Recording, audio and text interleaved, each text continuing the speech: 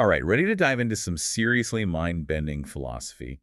Today we're tackling Zeno's paradoxes. I'm sure at least a few of you have heard about these, but get ready to have your brain twisted. And what makes these paradoxes so interesting, especially for a philosopher like yourself, is that they're not just some logical puzzle. They cut right to the core of how we think about like space and time, motion, even Mm. reality itself. Exactly. Okay, so quick refresher for anyone who needs it.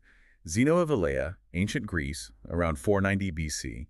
He was a huge follower of this other philosopher, Parmenides. And Parmenides, he had this really radical idea that reality, it was just this one unchanging thing. Yeah. And Zeno, he decided to defend Parmenides' philosophy, but instead of just writing a straightforward essay or something, he came up with these paradoxes. They were designed to show that if you believe the world is made up of tons of separate, constantly changing things, well, you end up with some pretty ridiculous conclusions. And the crazy part is that Zeno's actual writings, they're lost, gone. Thankfully, we have Aristotle to thank for our knowledge of these mind-bending ideas. Yeah, Aristotle was super meticulous. He documented everything about Zeno's arguments. He knew they were important, not just as like fun logic puzzles, but as these deep, challenging questions about how we understand the world. So what kind of paradoxes are we talking about here? Well, we're going to explore two main groups, paradoxes of plurality and paradoxes of motion. So, with the paradoxes of plurality, Zeno's trying to show that even the basic idea of many things existing, it just leads to contradictions. Like, can something be both limited and unlimited at the same time? Does every single thing need to have a size? And if absolutely everything can be divided forever, is there anything left at the very end? Whoa. Okay, and then there's the paradoxes of motion. These are probably the ones everyone's heard of, right? The runner who can never reach the finish line because they have to cover an infinite number of distances. The arrow flying through the air that's actually at rest. Yep, those ones. They really make you question everything you thought you knew about how the world works. The gap between our everyday experiences and what logic and math seem to be telling us. Okay, let's start with one of the paradoxes of plurality. Hmm. The argument from denseness. This is where Zeno tries to say that if lots of things exist, they got to be both limited and unlimited, all at the same time. How does that even work? This is where Zeno gets really clever. Yeah. He uses this idea of denseness. It's this idea that between any two things, there's always another thing. Think about like a line of apples. Okay, I'm picturing it. A row of apples. So between any two apples, you could always fit another one, right? And then between those two, another one, you can just keep going. Yeah, but even if you keep adding apples, the line of apples just gets longer. It's still a bunch of individual apples, right? That's what we would normally think. But Zeno's getting at something deeper. He's saying that this ability to keep dividing things forever, that means any group of things, it's actually unlimited in a way. Okay, so how do we deal with that? How can something be both limited, like a certain number of apples, but also unlimited because we could just keep adding more? That's where something called Cantor's theory of transfinite numbers comes in. It's from modern mathematics, and it gives us a new way to understand infinity. Like it goes way beyond what Zeno was thinking about. I've heard of Cantor's work, but how does it help us here with the apples? Well, Cantor showed us that there are different sizes of infinity, and these different sizes can be just as definite as regular finite numbers. Like think about all the points on a line. There are infinitely many, but we can still talk about the length of that line, right? We can even say that one infinity is bigger than another infinity. So is Zeno's argument messed up because he's assuming that something can't be both definite and infinite at the same time? Exactly. He just didn't have the right tools to think about different sizes of infinity. Modern math lets us see that a group of infinite things, like those points on a line, can still have a definite size. So his argument about plurality being absurd, it kind of falls apart. Wow. It's like Zeno was working with this limited view of infinity, and then Cantor came along and gave us this whole new set of tools to see the problem in a totally different way. Yeah, exactly. Of course, the solution depends on accepting the whole idea of infinite sets, something Zeno might have disagreed with. But for us, looking back with all this new math knowledge, it makes a lot of sense. All right, this is already making me rethink everything I thought I knew about infinity. But let's move on to Zeno's next attack on plurality. Oh. The argument from finite size. In this one, he says that if things exist, they have to have a size. But then that leads to the idea that even something tiny, like a grain of sand, must be infinitely big How is that possible? It all comes down to dividing an object in half over and over again. Zeno asks us to think about what happens when we do that forever. Does it ever completely disappear? Well, I'd say it just keeps getting smaller, but it never actually reaches zero size, right? Exactly. And Zeno argues that if the object has any size at all, no matter how tiny, it must have parts, and those parts must also have some size. And this can go on infinitely. Okay, but I still don't get how that makes the object infinitely big. Because Zeno says if you add up all the sizes of all those parts, even though they're getting super small, the total size should be infinite. He's really challenging our understanding of how parts make up a whole. So how can something like a grain of sand, which is definitely finite, also be infinitely big? It seems impossible. It does, right? And that's exactly Zeno's point. He uses logic to corner us into this place where our normal understanding of how things work just breaks down. And just like before, we can turn to advancements in math to find a way out of this paradox. Okay, hit me with that math solution. What do we need to understand here? This time, our math hero is Cauchy. He did all this important work on infinite sums back in the 19th century. Okay, remind me about infinite sums again. Basically, Cauchy figured out a way to understand how an infinite series of numbers could add up to a regular finite value. It seems counterintuitive, but it's a really important part of calculus. So just because we keep dividing something in half forever, that doesn't mean that all those halves added together are infinite. Exactly. It all depends on how those halves are getting smaller. Cauchy showed us that some infinite series actually converge. They add up to a specific number. Ah. So Zeno's making this assumption that any infinite sum has got to be infinite, but that's not always true. Right. He didn't have the tools to understand how infinite sums could actually result in a finite number. He was working with a much simpler mathematical understanding. This is so fascinating. It's like modern math keeps giving us these new ways to look at these ancient problems. But before we move on to Zeno's paradoxes of motion, something's bugging me. We talked about how Cantor showed that there were different sizes of infinity. Does that play into this size paradox at all? That's a great question, and it takes us deeper into the paradox. See, Zeno might have been thinking about dividing the object in two different ways. One way is dividing a specific part of the object over and over. The other is dividing all the parts in half at each step. Okay, I think I see the difference. In the first one, we're zooming in on a smaller and smaller piece. In the second one, we're making the whole thing have more and more pieces. You got it. And these two ways of dividing actually lead to different types of infinity. The first way, dividing a specific part over and over, it gives us a countable infinity. That means you can match it up with the regular counting numbers. But the second way, dividing all the parts in half each time, that gives us a bigger kind of infinity, an uncountable infinity. So there's a hierarchy even within infinity. It's amazing. Right.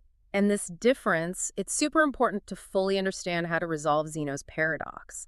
It's not just that infinite sums can converge to a finite number, it's also that there are different kinds of infinity, and the way we divide things determines which kind we're dealing with. Wow, that's a lot to think about. We're just scratching the surface of these paradoxes, aren't we? Definitely. But that's part of what makes Zeno's work so great. It makes us think and question our assumptions, and it leads us down these really interesting paths. Okay, you know what? Let's take a break here. We'll come back and tackle those paradoxes of motion you've been so excited to discuss. Sounds good to me. Welcome back. All right, get ready because we're diving headfirst into the paradoxes of motion. These are the ones that really capture the imagination, the ones people have been debating for centuries. I'm ready to have my whole concept of motion shattered. Let's start with a classic. Yeah. The dichotomy paradox. Yeah. The one where Zeno tries to tell us that motion is impossible. Because to get anywhere, you have to cover, like, an infinite number of distances. Exactly. So, picture this. You're trying to walk across a room. To get to the other side, first you have to cover half the distance, right? Right, makes sense. But before you can cover that half, you got to cover half of that half. So a quarter of the total distance.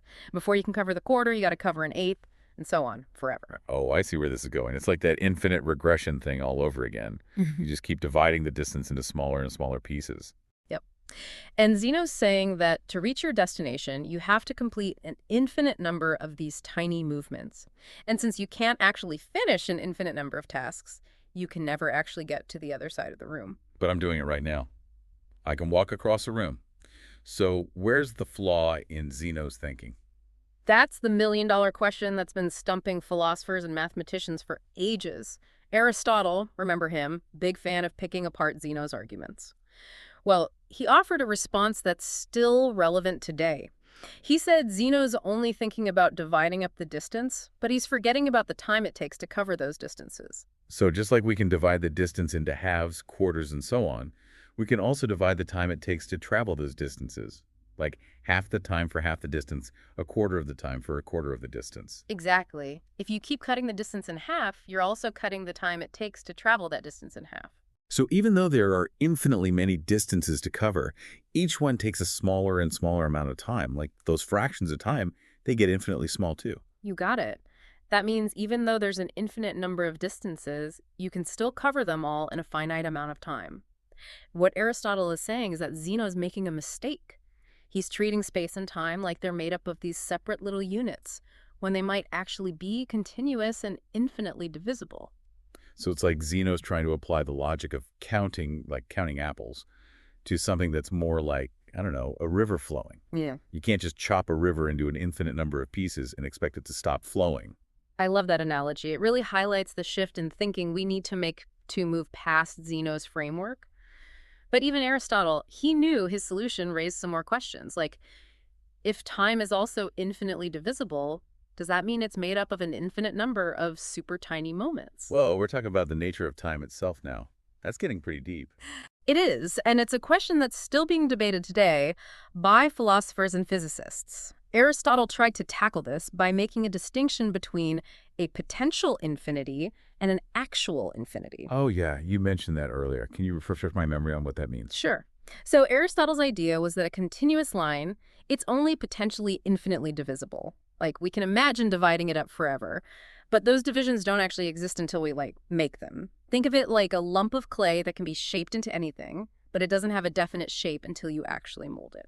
So the possibility of infinite division is there, but the actual divisions only happen when we create them. Kind of like a cake that can be cut into however many slices you want, but it's not actually sliced until you cut it. Exactly. Great analogy. Aristotle used this to deal with the dichotomy paradox. He said that while a runner's path could be divided into an infinite number of pieces, the runner isn't actually running through an infinite number of those pieces. It's a continuous motion, not like hopping from one point to the next. So Zeno's paradox works if we imagine the runner stopping at every single one of those infinite points along the way, but not if it's a smooth, continuous motion. Precisely. It comes down to how we understand space and time. Are they made up of these separate indivisible bits? Or are they continuous and infinitely divisible? These questions go way beyond Zeno's original paradox and touch on the very foundations of physics and metaphysics. This is blowing my mind. It's like Zeno's paradoxes are these doorways into these bigger philosophical and scientific questions about reality itself. I like that way of putting it. They force us to question everything and realize that our intuition about how the world works can sometimes be wrong. Okay, before we get too lost in the big questions about space and time, let's move on to another one of Zeno's famous paradoxes of motion, Achilles and the tortoise. This one's always been interesting to me because it sounds so ridiculous, but then you actually think about it, and it's not so easy to just brush it off. Ah, yes. The classic race, where the super-fast Achilles can never seem to catch the slow and steady tortoise. It's a perfect example of how Zeno uses logic to create these situations that seem impossible. Let's remind our listeners how it works. So Zeno starts the race by giving the tortoise a head start. Achilles, being way faster, starts running toward where the tortoise started. But by the time Achilles reaches that spot, the tortoise has already moved a bit further ahead, so now Achilles has to run to that new position. But then again, by the time he catches up, the tortoise has moved a little bit more. It's like an endless game of catch-up. Exactly. And Zeno says this just goes on forever, with Achilles always getting closer to the tortoise but never actually overtaking it. But we know from experience that if you're faster, you'll eventually pass someone who's slower. So what's the trick here? Where does Zeno's logic go wrong? The key to understanding this paradox is to see that Zeno's kind of sneakily shifting our focus from overtaking to just reaching the previous position. I don't get it. What do you mean? So Zeno's describing these infinite steps where Achilles keeps reaching the point where the tortoise was. But overtaking isn't about getting to where someone was, it's about being in the same place at the same time. The paradox works because Zeno's making it seem like these little steps are the only way Achilles can pass the tortoise. So it's like he's making Achilles stop at all these points along the way, when in reality he's just running continuously. Exactly. It's like describing a road trip by listing all the towns you drive through, but forgetting to mention the final destination. The list of towns may be super long, even infinite, but you still get where you're going. Oh, I see. It's about recognizing that Zeno's description of the race is incomplete. Hmm. He's zooming in on these tiny intervals but ignoring the big picture of continuous movement. Precisely. He's creating this illusion by focusing on these shrinking intervals. Imagine zooming in on a photo further and further. You see more and more detail, but you lose sight of the whole image. I like that visualization. It's like Zeno's looking at the race with a magnifying glass, focused on this tiny part, and saying, see, Achilles never catches up. But he's forgetting that the race goes on beyond what his magnifying glass is showing. Exactly. And this is where understanding infinity is important. Infinity doesn't behave like regular numbers. Just because something involves infinite steps doesn't mean it can't be completed in a finite amount of time. Right, just like the dichotomy paradox. Aristotle's point about dividing time into smaller and smaller pieces, that applies here too, doesn't it? Absolutely. We can divide both the distance and the time it takes to cover those distances into these tiny fractions. And just like the distances, those fractions of time can get infinitely small. So as Achilles gets closer and closer to the tortoise, the time it takes to close each gap is getting smaller and smaller, almost like it's approaching zero. Precisely. And this is where the idea of a limit comes in. Zeno focuses on each individual step, but we can look at the overall pattern and see that the time it takes Achilles to catch up, it approaches a limit, a real number. It's just like those infinite sums we talked about before. Even though the sum has infinite parts, it can still add up to a regular number. Exactly. That's how modern math helps us solve this paradox. By understanding limits and how these infinite series can converge, we see that Achilles can definitely overtake the tortoise, even though it seems to involve an infinite number of steps. This is really making me appreciate how powerful math can be when it comes to clarifying our thinking about these philosophical problems that seem impossible to solve. It's a beautiful example of how different areas of knowledge can work together and shed light on each other. Okay, this has been an amazing discussion so far, but Zeno's still got more paradoxes for us, right? Should we take a break and then come back for the final part of our Zeno's paradoxes journey? Okay, we're back. Round 3 of our deep dive into Zeno's paradoxes. I'm still trying to wrap my head around those motion paradoxes. It's crazy how he can take something like just walking across a room or a race and make it this huge philosophical problem. Yeah, he was really good at showing us the hidden complexity in those things we usually take for granted. He makes us question our intuitions and deal with those big questions that come up when we try to make sense of logic and our actual experiences. For sure. All right, so are you ready to tackle a few more of these mind-blowing thought experiments? Hit me with them. I want to see what else Zeno came up with. Okay, let's talk about the arrow paradox. Yeah. This one's always messed with me because it seems so counterintuitive. Zeno's saying that an arrow in flight, it's actually at rest. But how can something that's clearly moving be at rest? It feels like he's just playing with words. It might seem like that at first, but there's more to it than that. His argument depends on this idea that time is made up of these instants, like a bunch of snapshots. Each one captures a single moment. And he says that at any given instant, the arrow is in a specific spot. Okay, so if you pause the arrow's flight at any point, it looks like it's not moving. But that doesn't mean it's not moving overall, right? Like a photo of a car doesn't mean cars can't move. You're getting it. Zeno's assuming that these instants, they have no duration, like points on a timeline with no length. And if an instant has no length, then the arrow can't actually move during that instant. It's like the arrow's frozen for each one of those tiny snapshots of time. I see how that leads to the idea that the arrow isn't moving, but it still feels wrong. So where's the mistake? The problem comes when Zeno tries to apply what's true for a single instant to a whole period of time. He's saying that because the arrow isn't moving at any one instant and time is just a bunch of these instants, then the arrow can't be moving at all. But that ignores the fact that motion has to happen over time, not at a single moment in time. It's like trying to understand a movie by just looking at one frame. You need the whole sequence to see the motion. Exactly. Motion is about changing position over a period of time. Zeno's trying to analyze motion by looking at these instants that have no time, so it's not going to work. It's like trying to understand a song by listening to each note separately. You lose the melody, the flow. So it doesn't matter that the arrow is at a specific spot at each instant. What matters is that it's changing position over time. It's the relationship between those snapshots, not the snapshots themselves, that creates motion. Right. Zeno's mistaking a necessary condition for motion for a sufficient one. The arrow has to be somewhere at each point in time, but that doesn't mean it's not moving from one instant to the next. This paradox really shows how our language and our intuition can sometimes lead us astray when we're trying to think about these basic parts of reality. It reminds us that even our most basic ideas about space, time, and motion, they're all up for debate, open to philosophical and mathematical investigation. Okay, last one. The stadium paradox. This one's a bit more complicated with a bunch of objects in motion. Can you set it up for us? Imagine 3 rows of identical cubes, all lined up. One row is stationary, and the other 2 are moving in opposite directions at the same speed. Okay, got it. What happens then? Let's say that at one point in time, the cube on the far right of the row moving right, it's perfectly lined up with the middle cube of the stationary row. And at the same time, the cube on the far left of the row moving left, it's also lined up with that same middle cube. So we've got this symmetrical situation where 3 cubes from different rows are all in a line. Exactly. Now, this is where Zeno gets tricky.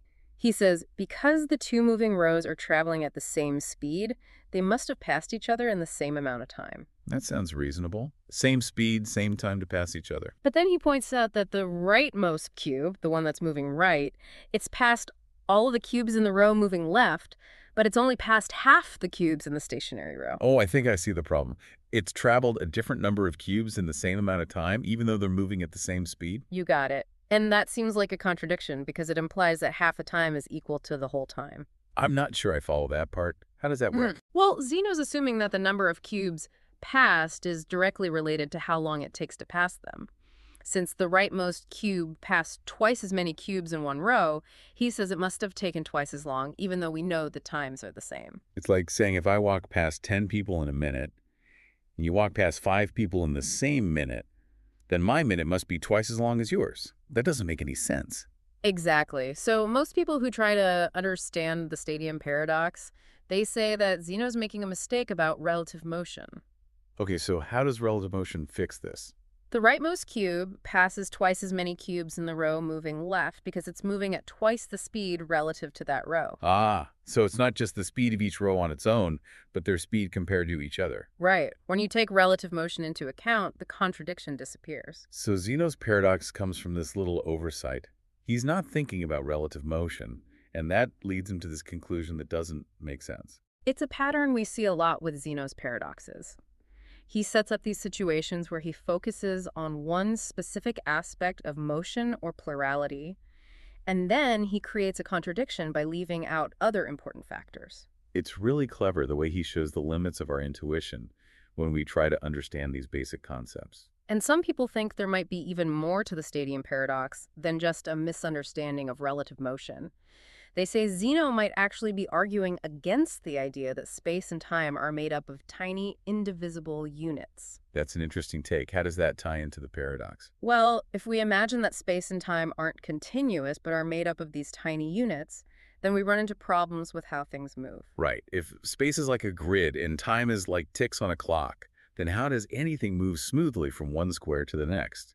How does it move from one tick to the next without ever being in between? Exactly. If space and time are made of these separate units, then we need a new way to explain motion that doesn't rely on things moving continuously through space and time. It's like trying to make a movie where each frame is completely separate with no smooth transition between them. It would be a jumbled mess. Right. So even if Zeno wasn't directly trying to critique that idea, the stadium paradox shows how hard it is to make that idea of atoms of space and time work with our experience of smooth, continuous motion. This is incredible. It's amazing how these paradoxes from thousands of years ago are still bringing up such important and relevant questions about the nature of reality. That's what makes Zeno's work so powerful. He wasn't just playing around with logic. He was making us confront these deep mysteries of existence. So after all this, have we actually solved these paradoxes? I wouldn't say solved exactly. They're still debated, and they still inspire philosophers, mathematicians, and physicists. We've explored some pretty convincing solutions using modern math and by understanding things like continuity and infinity better. But the questions they raise about space, time, and motion, those are still very much alive. It's like every solution just leads to new questions, pushing us to understand these fundamental ideas even better. Exactly. And maybe that's Zeno's greatest contribution, not giving us all the answers, but making us keep asking the big questions. Well, I think it's safe to say that Zeno's given us a lot to think about today. Thanks for joining me on this journey through the history of philosophy and the depths of mathematics. It's been my pleasure. And to everyone listening, keep thinking about these paradoxes. Keep questioning your assumptions and exploring the mysteries of the universe. Who knows? Maybe you'll be the one to make the next big breakthrough that sheds new light on these ancient puzzles. Until next time.